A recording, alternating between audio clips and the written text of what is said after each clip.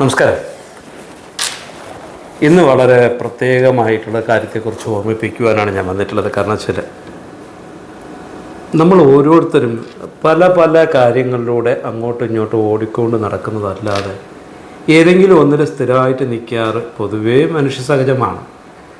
Meditation class ആയിരുന്നാലും yoga class ആയിരുന്നാലും ധ്യാനമായിരുന്നാലും എന്ത് കാര്യമായിരുന്നാലും നമുക്ക് വേണ്ടത്ര റിസൾട്ട് കിട്ടാത്ത നമുക്ക് പ്രതീക്ഷിക്കുന്ന റിസൾട്ട് കിട്ടാത്തൊരവസ്ഥ ഒത്തിരി ക്ലാസ്സുകളിൽ പോകുമ്പോഴും അതേപോലെ തന്നെ ഒത്തിരി കാര്യങ്ങൾ അറ്റൻഡ് ചെയ്യുമ്പോഴും നമുക്കുണ്ടാവാറുണ്ട്. ഇതിനെല്ലാം തികച്ചും വ്യത്യസ്തമായിട്ട് ഞങ്ങൾ കാരണം കുറേ നാളത്തെ എക്സ്പീരിയൻസ് പ്രാക്ടീസും കൊണ്ട് ഞങ്ങളൊരു പുതിയൊരു ക്ലാസ് ഇവിടെ സ്റ്റാർട്ട് ചെയ്യണം. അതിന് നോർമൽ പറയുന്നത് കുബേര യോഗ എന്നാണ് പറയുന്നത്. പക്ഷേ യോഗ മാത്രമല്ല, യോഗ ഉണ്ടാവും, മെഡിറ്റേഷൻ ഉണ്ടാവും, പൂജ ഉണ്ടാവും, പഞ്ചകോശ ആരാധന ഉണ്ടാവും, അതിൽ കുബേര പൂജ ഉണ്ടാവും, വിഷ്ണുമായ പൂജയുണ്ട്, ദേവി പൂജ, എല്ലാ പൂജയും.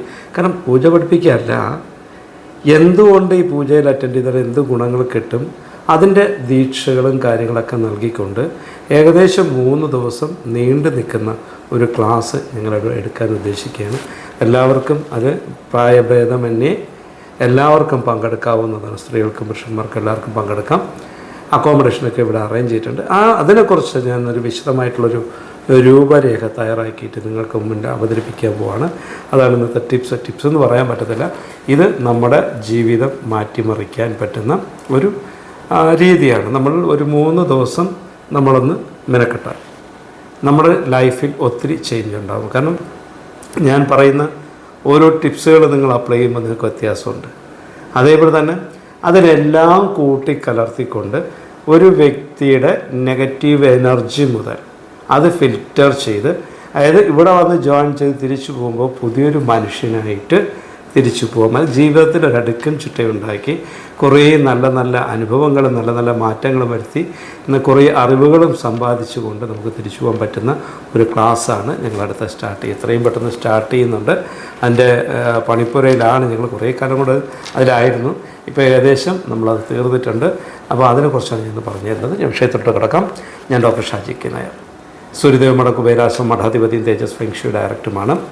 വാസ്തു സംബന്ധമായിട്ടോ ജ്യോതിഷ സംബന്ധമായിട്ടോ നമുക്ക് എന്തെങ്കിലും അറിയണമെന്നുണ്ടെങ്കിൽ നിങ്ങളുടെ വീട്ടിൽ താമസിക്കുന്ന എല്ലാവരുടെ പേര്, ഡേറ്റ് ഓഫ് ബർത്ത്, വീടിൻ്റെ ഡയറക്ഷൻ അഡ്രസ്സ് എനിക്ക് വാട്സപ്പ് ചെയ്യൂ. കേരളത്തിനകത്തും പുറത്തും വിദേശ രാജ്യങ്ങളിലൊക്കെ സഞ്ചരിക്കുന്ന ഒരു വ്യക്തിയാണ്. നിങ്ങളുടെ വീട് വന്ന് നോക്കി പ്രശ്നപരിഹാരം ചെയ്തു തരാം. ഓക്കെ, വിഷയത്തിലോട്ട് കിടക്കാം. നിങ്ങളുടെ നാളെ 2025 മാർച്ച് മാസം 6-ാം തീയതി കൊല്ലവർഷം 1200-ാം ആണ്ട് കുംഭമാസം 22-ാം തീയതി വ്യാഴാഴ്ചയാണ്. വ്യാഴാഴ്ചത്തെ സൂര്യോദയം രാവിലെ 6:36 സൂര്യോദയം. വൈകുന്നേരം 6:29 സൂര്യാസ്തമയമാണ്. രാഹുകാലം 2:01-നും 3:30-നും മധ്യയാണ്. അഭിജിത്ത് മുഹൂർത്തം 12:08-നും 12:30-നും മധ്യയാണ്. മുഹൂർത്തം 12:34-നും 12:56-നും മധ്യയാണ്. യമകണ്ഠ സമയം 6:36-നും 8:05-നും മധ്യയാണ്. ഗുളികനുദയം 9:34-നും 11:03-നും മധ്യയാണ്. ദിവസത്തെക്കുറിച്ചൊന്ന് വിശദമായിട്ട് നോക്കാം. രോഹിണി നക്ഷത്രമാണ്. എല്ലാ ശുഭകർമ്മങ്ങൾക്കും ഉത്തമമല്ലാത്തൊരു ദിവസമാണെങ്കിൽ പോലും വിവാഹവുമായിട്ട് ബന്ധപ്പെട്ട കാര്യങ്ങൾ, ഗൃഹപ്രവേശനമൊക്കെ നമുക്ക് നടത്താൻ പറ്റിയ ഒരു ദിവസം കൂടിയാണ്. സഹകരണം, ദീർഘനാൾ പ്രവർത്തനങ്ങളൊക്കെ ചെയ്യാൻ പറ്റിയിട്ടൊരു ദിവസമാണ്. ഗുരു, ജ്ഞാനം, അറിവിൻ്റെയൊക്കെ ഒരു ദിവസമാണ്. എന്തെങ്കിലും പരിഹാര ക്രിയകളൊക്കെ ചെയ്യാൻ പറ്റിയിട്ടുള്ള ദിവസമാണ്. കുഴപ്പമില്ല, ഒരുവിധം കൊള്ളാമെന്നുള്ളൊരു ദിവസമാണ്. നമുക്ക് മൃത്യുദോഷങ്ങൾ എന്തെങ്കിലും നോക്കാം. പിണ്ടതോൾ ദോഷം, വസുപുജ ദോഷം, കരിനാൾ ദോഷം, ബലിദോഷ ദോഷം, അകന്നാൾ ദോഷം, ഇതുവരെ പ്രത്യേകിച്ചൊരു ദോഷങ്ങളും അന്നത്തെ ദിവസം കാണുന്നില്ല. അപ്പോൾ വളരെ നല്ലൊരു ദിവസമായിട്ടാണ് അന്നത്തെ ദിവസത്തെ കാണുന്നത്. നമുക്ക് അടുത്ത ദിവസത്തെക്കുറിച്ചൊന്ന് നോക്കാം. 2025 മാർച്ച് മാസം 7-ാം തീയതി കൊല്ലവർഷം 1200-ാം ആണ്ട് കുംഭമാസം 23-ാം തീയതി വെള്ളിയാഴ്ചയാണ്. വെള്ളിയാഴ്ചത്തെ സൂര്യോദയം രാവിലെ 6:36-നാണ് സൂര്യോദയം. വൈകുന്നേരം 6:29 സൂര്യാസ്തമയമാണ്. രാഹുകാലം 11:03-നും 12:32-നും മധ്യയാണ്. അഭിജിത്ത് മുഹൂർത്തം 12:08-നും 12:30-നും മധ്യയാണ്.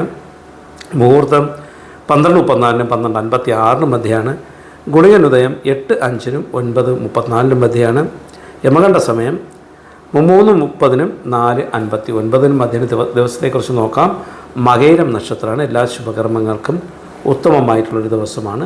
അതേപോലെ വിവാഹം, യാത്ര കൊള്ളാം. ഒരുവിധം നല്ല രീതിയിൽ വസ്തുക്കൾ വാങ്ങുവാനും വിൽക്കുവാനും അതേപോലെ തന്നെ ഗൃഹപ്രവേശത്തിനും ഒക്കെ നല്ലൊരു ദിവസമാണ്. എല്ലാം കൊണ്ട് കൊള്ളാമെന്നുള്ളൊരു ദിവസമാണ് ഈ പറയുന്ന വെള്ളിയാഴ്ചത്തെ ദിവസം.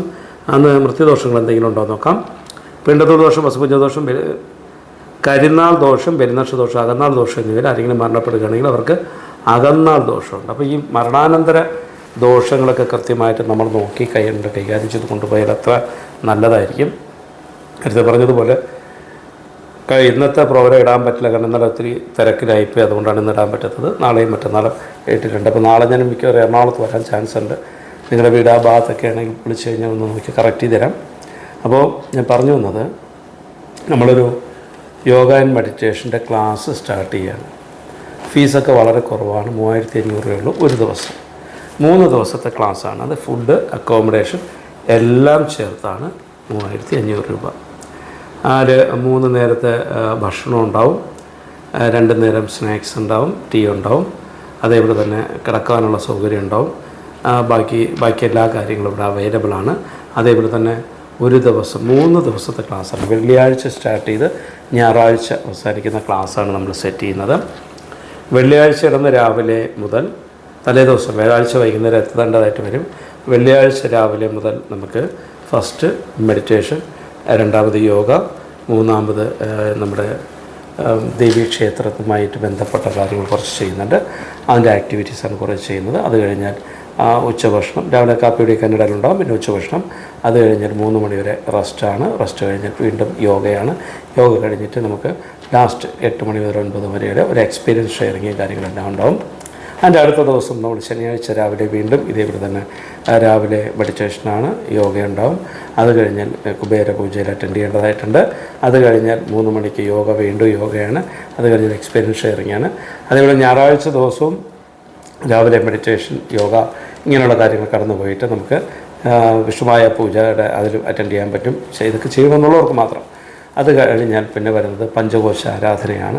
അപ്പോൾ ഓരോ സെക്ഷൻസ് അവസാനം അന്നത്തെ ദിവസം തന്നെ നമ്മൾ ദീക്ഷ, എല്ലാവർക്കും ദീക്ഷ കൊടുക്കുന്നതായിരിക്കും. അപ്പോൾ നമുക്ക് ഈ പൂജ കഴിഞ്ഞാൽ അപ്പോൾ എങ്ങനെയൊക്കെയാണ് നമ്മൾ കൊടുക്കുന്നതെന്നുള്ള വിശദമായിട്ടുള്ളൊരു രൂപരേഖ വരും. ഞാൻ എപ്പിസോഡിൽ ഞാൻ കൊടുക്കാം. അപ്പോൾ ഞാൻ റേറ്റ് എല്ലാം ഫിക്സ് ചെയ്തിട്ടുണ്ട്. ഒരാൾക്ക് ഒരു ദിവസത്തേക്ക് 3500 രൂപയേ ഉള്ളൂ. കാരണം ഒത്തിരി കാര്യങ്ങൾ പഠിപ്പിക്കുന്നുണ്ട്. പഞ്ചകോശ ആരാധന വരെ ഇതിനകത്ത് പഠിപ്പിക്കുന്നുണ്ട്. അതിനെക്കുറിച്ച് നമ്മൾ ലളിതാ സഹസ്രനാമം ഉണ്ട്, കുബേര പൂജ ചെയ്യിക്കുന്നുണ്ട്, വിഷ്ണുമായ പൂജ ചെയ്യിക്കുന്നുണ്ട്. അതായത് നമ്മളൊരാൾ ഇവിടെ വന്നിട്ട് പോയി കഴിഞ്ഞാൽ ആ ആളുടെ ബോഡി ഫുൾ ഫിൽറ്റർ ചെയ്ത് ഒരു പോസിറ്റീവ് എഫക്റ്റിൽ, കാരണം ഒരു എന്താ പറയുക, നല്ലൊരു പീസ് മൈൻഡോട് കൂടി ഇവിടുന്ന് ഇറക്കി വിടുന്നതായിരിക്കും.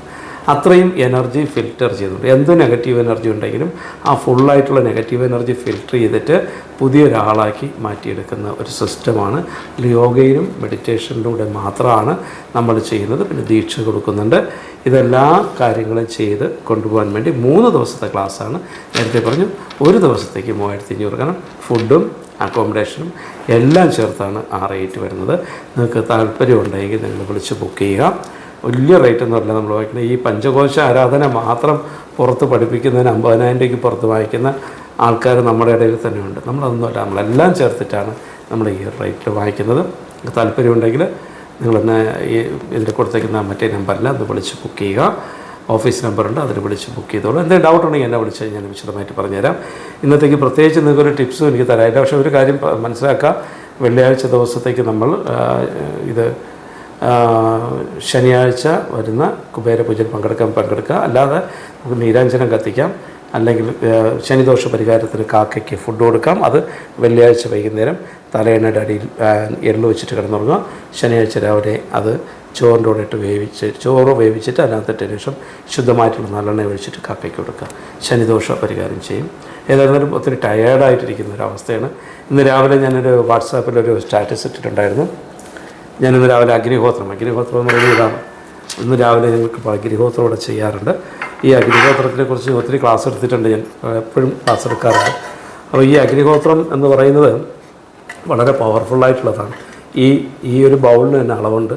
ഇതിൽ ചെയ്യുന്നതെന്ന് വെച്ചാൽ ശുദ്ധമായിട്ടുള്ള ചാണകവരളിയും, ഇത് ഭസ്മമായി ഉണ്ടോ, ശുദ്ധമായിട്ടുള്ള ചാണകവരളിയും പച്ചക്കർപ്പൂരവും നെയ്യും അരിയും ഉപയോഗിച്ചാണ് നമ്മളിത് ചെയ്യുന്നത്.